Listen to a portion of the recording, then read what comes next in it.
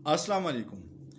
आजकल पाकिस्तान में लीक्स का बड़ा शोशा है और हैकर ने कुछ चीज़ें लीक की थी जिसने तहकीकात के बाद पता चलेगा कि वज़ीर आज़म हाउस तक रसाई किसकी थी।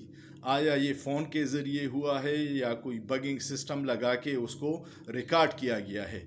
उसके बाद जब हुकूमत पे बड़ा प्रेशर आया तो उन्होंने इमरान ख़ान की एक ऑडियो लीक करके ख़ुद ही पंस गए हैं, जिसमें इमरान ख़ान ख़ुद कहता है कि हाँ ये साजिश हुई, और ऊपर उसकी जो टिकर चल रहा है उसमें उनको चेंज करके, तर्जुमा चेंज करके तो उसको ये बना दिया कि हम उसको साजिश बना देंगे, जो ख़ुद उनके गले में पड़ गया है। यहाँ मुख्तलिफ़ सवालात हैं कि आया हमारा वज़ीर आज़म हाउस भी महफूज नहीं है, और आया अगर वज़ीर आज़म हाउस महफूज नहीं है तो इसकी हिफाजत की ज़िम्मेदारी किसकी है? आया किसके साथ ये फैसिलिटी है कि जो ये रिकॉर्ड कर सके? और ये रिकॉर्ड करना क्या ऑफिशियल सीक्रेट एक्ट में नहीं आता, या अगर वो हुकूमत एजेंसियां ये सिक्योरिटी के लिए करती हैं तो फिर लीक कौन कर रहा है? मुस्लिम लीग नून के ज़रख़रीद मीडिया के कुछ सहाफ़ियों ने 4 माह पहले ये ख़बर दी थी, जिसमें अंसार अब्बासी सर फ़हरिस्त है कि ऐसी एक वीडियो है, ऐसी एक ऑडियो है जो लीक हो सकती है। अंसार अब्बासी को ये किसने दिया था? क्या एजेंसियों ने दिया था? क्या मुस्लिम लीग नून के मीडिया सेल ने दिया था? अब दोनों लीक्स में बहुत वाज़ेह फ़र्क है। एक हैकर ने लीक किया है और एक मुस्लिम लीग नून की मीडिया कोऑर्डिनेटर ने लीक किया है। क्या मीडिया कोऑर्डिनेटर को एजेंसियों ने दी है? क्या इस तरह की चीज़ें लीक करना ऑफिशियल सीक्रेट एक्ट के ख़िलाफ़ नहीं है? क्या हमारा वज़ीर आज़म हाउस महफूज है? क्या वज़ीर आज़म हाउस जो मुल्क की सलामती के फ़ैसले करता है वो किसी और के हाथों में है? बहुत सारे सवालात हैं, और एक तरफ ये सारे इकट्ठे हैं और एक तरफ इमरान ख़ान है। अब इसका एक हल है। इमरान ख़ान ने ये कहा है कि अगर मैंने कुछ ऐसा किया है तो आप साइफ़र की तहकीकात कर लें। मैं आपको एक और इंटरेस्टिंग बात बताऊं कि सदर मुमलिकत सुप्रीम कमांडर हैं तमाम अफवाज का। सदर मुमलिकत ने चीफ जस्टिस को ये ख़त लिखा है कि साइफ़र की ओपन कोर्ट तहकीकात की जाए ताकि दूध का दूध और पानी का पानी हो जाए। अब कौन तहकीकात से भाग रहा है? हुकूमत भाग रही है, इस्टेब्लिशमेंट भाग रही है, अदलिया भाग रही है, नहीं कर रही। क्यों? क्योंकि वो सारे तो मिले हुए थे। इससे साबित हो रहा है कि माफिया के सरपरस्त सारे एक तरफ हैं और इमरान ख़ान एक तरफ है, और अल्लाह अल हक है, वो खुलेआम कहता है कि आप में अगर हिम्मत है तो साइफ़र को डिक्लासिफाइड कर दे और आवाम के सामने रख दे, दूध का दूध और पानी का पानी हो जाएगा।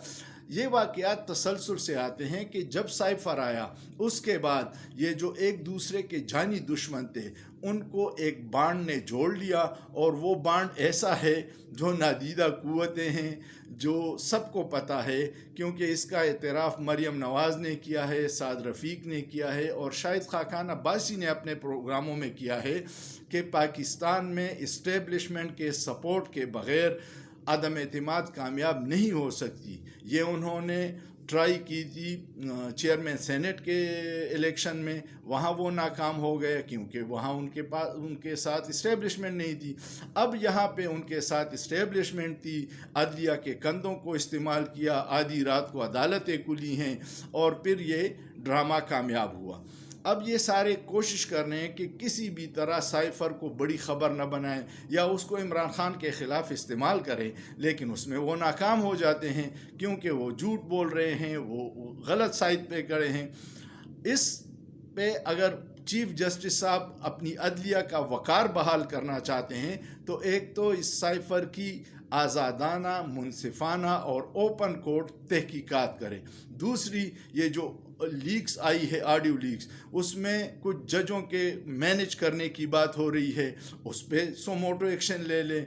उसमें हिंदुस्तान से पावर प्लांट्स मंगवाने की बात हो रही है, उस पर सोमोटो ले लें। ये अदलिया दिन ब दिन अवाम की नज़रों में अपनी वक़ार खो रही है, और उसके साथ साथ हमारे जो ताकतवर हल्के हैं وہ بھی عوام میں یہ تاثر جا رہا ہے کہ ہماری مصیبتوں کا جو بوجھ ہے وہ اسٹیبلشمنٹ کے بغیر ہمارے سروں پہ نہیں آیا، اور اس کو مضبوط اس تاثر کو اسحاق ڈار نے کیا، جس نے جنرل باجوہ کو کیا کیا نہیں کہا، اور اب وہی اسحاق ڈار عدالتوں سے یا پولیس اس کو ڈھونڈ رہی تھی اور اب پولیس پروٹوکول دے رہی ہے۔ سب سے برا تاثر یہ گیا کہ وزیر اعظم کا طیارہ تو ایئر فورس کا ہی استعمال کرتے ہیں، ایئر فورس کے طیارے میں اس کا آمد اور وہ پکچر جو میڈیا کو جاری ہوئی، اس نے عوام کے ذہنوں میں یہ تاثر پختہ کیا کہ فورسز ہماری مشکلات میں اضافے میں شامل ہیں۔ یہ بہت برا تاثر ہے، یہ نہیں ہونا چاہیے۔ ہم اپنی فورسز سے پیار کرتے ہیں، لیکن جب یہ تاثر جائے اور عام عوام میں جائے۔ اب اس میں فرق کیا ہے؟ پہلے جو فورسز کے خلاف پی ٹی ایم والے یا طالبان یا کوئی اور باتیں کرتی تھی تو پڑھے لکھے جو پی ٹی آئی کے ورکر تھے وہ اس کو ڈیفینڈ کرتے تھے۔ اس دفعہ پی ٹی آئی کے ورکر جو میڈیا سے باخبر ہے، جن کو سوشل میڈیا پہ ہولڈ ہے، ان کے ہاتھ میں یہ چیز آ گئی ہے، اور وہ پڑھے لکھے ہیں، ان کو سمجھ ہے، ان کو شعور ہے، اوورسیز پاکستانیز کو شعور ہے کہ ان کے ووٹ کا حق کس نے ختم کیا، ای وی ایم مشین کس نے ختم کیا۔ یہ ساری ایک ہی کڑیاں ہیں کہ مافیا کا راج رہے اور کوئی عوامی راج کا راستہ روکنا ہے، کیونکہ عوامی راج آ گیا تو اسٹیبلشمنٹ کو لگام ہو جائے گا، عدلیہ غلط فیصلے نہیں کر سکے گی، جو مافیا ہے وہ اپنی منمانیاں نہیں کر سکے گی۔ اس لیے یہ سارے مل کے عوامی راج اور عوامی خواہشات کے برعکس بند کمروں میں جو فیصلے کرتے ہیں، یہ بہت غلط ہیں۔ اللہ پاکستان کا حامی و ناصر ہو۔ پاکستان فوج زندہ باد، پاکستان پائندہ باد۔